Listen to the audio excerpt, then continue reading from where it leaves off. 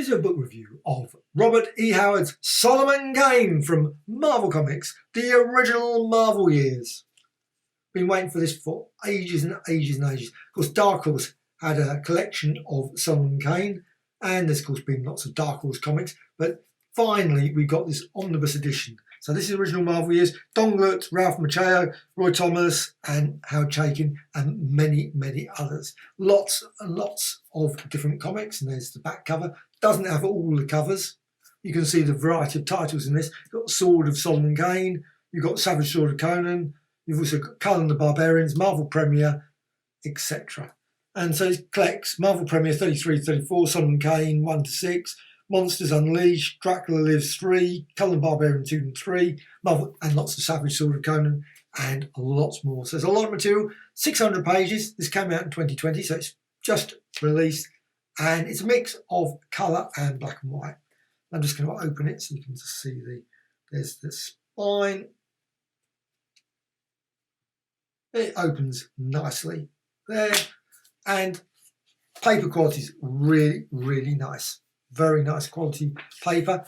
Sadly, it hasn't got an introduction. I always love introductions. I do not know why there's no introduction. However, the only introduction, we've got contents, so you can see the material. We've got a lot of contents there.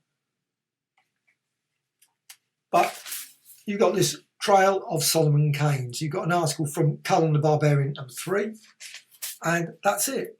No introduction. The bonus material at the back is fairly limited, few little article. There's also some original illustrated inked pages, as well as obviously the covers of the Omnibus edition. So that's really nice as well. The book itself, 600 pages, black and white and colour. So this one's really odd. This one's obviously a Roy Thomas one, art, Ralph Reese, and this is obviously the earliest, Skulls in the Stars. So you've got the artwork there. But you see you've got a variety of different artwork here. You've got this lovely one here with Dracula, Tale of Solomon Kane, this one's Neil Adams, brilliant artwork there, Neil Adams. Steve Gann, so you've got a real mix, just all over the place in terms of the artists. There was no consistent artist for a long period of time. So you've got lots there. You've got that story, and then the Mark of Caine, Marvel Premiere, and I remember getting that issue. Howard Chaykin, brilliant. Love Howard Chaykin's work, so that's just absolutely superb. Great story.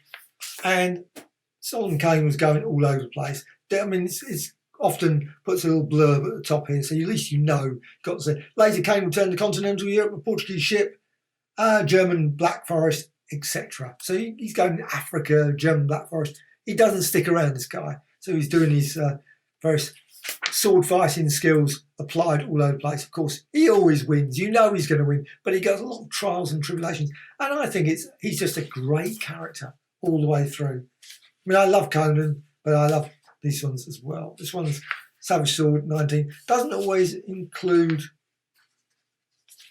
not all the covers I don't think included, strange enough.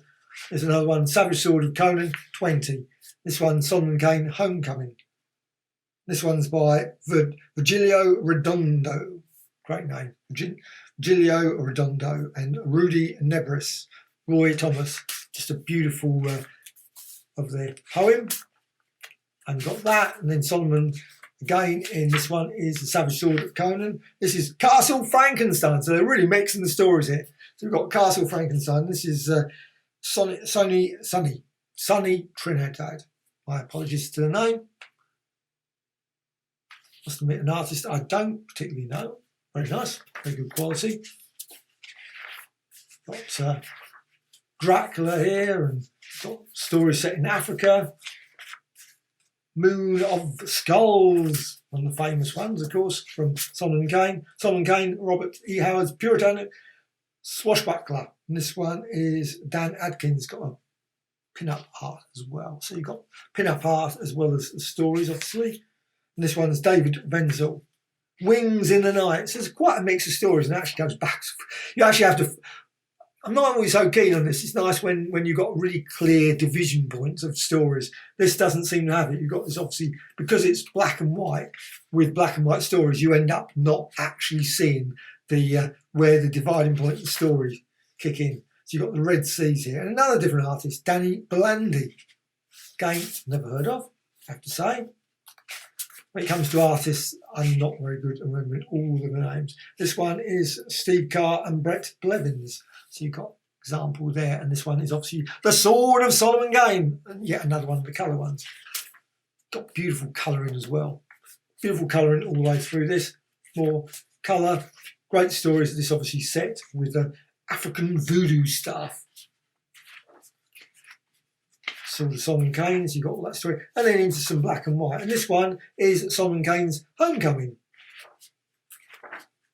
And this is beautiful. Al Williamson. Absolutely great. And this one, yeah, pencils Al Williamson. See the just beautiful artwork all the way through. Another story here. Again, another, I'm certain that's a different artist. This one. Oh, where's the artist's name? Nope. Didn't seem to say the artist's name. Couldn't see the artist's name. And another one here. Death's Dark Riders. And you've got the story there. So you've got some just beautiful artwork all the way through. Lots of really weird and wonderful stories. And this one, you've even got Conan suddenly appears in the story. There must have been a time machine or some magical ability to bring him in, but you've got the clashing of skulls. And then you've got about weird tales at the back. Of course, weird tales when the moon of the skulls. So you've got a lovely example there. Obviously published from the magazine. So that's it. An absolutely brilliant volume. Thoroughly enjoyable set of stories. As I read the old Dark Horse version that came out, the Omnibus they brought out, the Omnibus collection. It wasn't an Omnibus, it was in complete black and white. But that was great. And now it's great to have the sword as well as the mark of Caine as well. All those stories collected in one complete volume. Unfortunately, like I said, it doesn't include the Dark Horse stories. Wouldn't that be lovely? But you can't have everything. This is just a brilliant, brilliant collection. So totally recommended.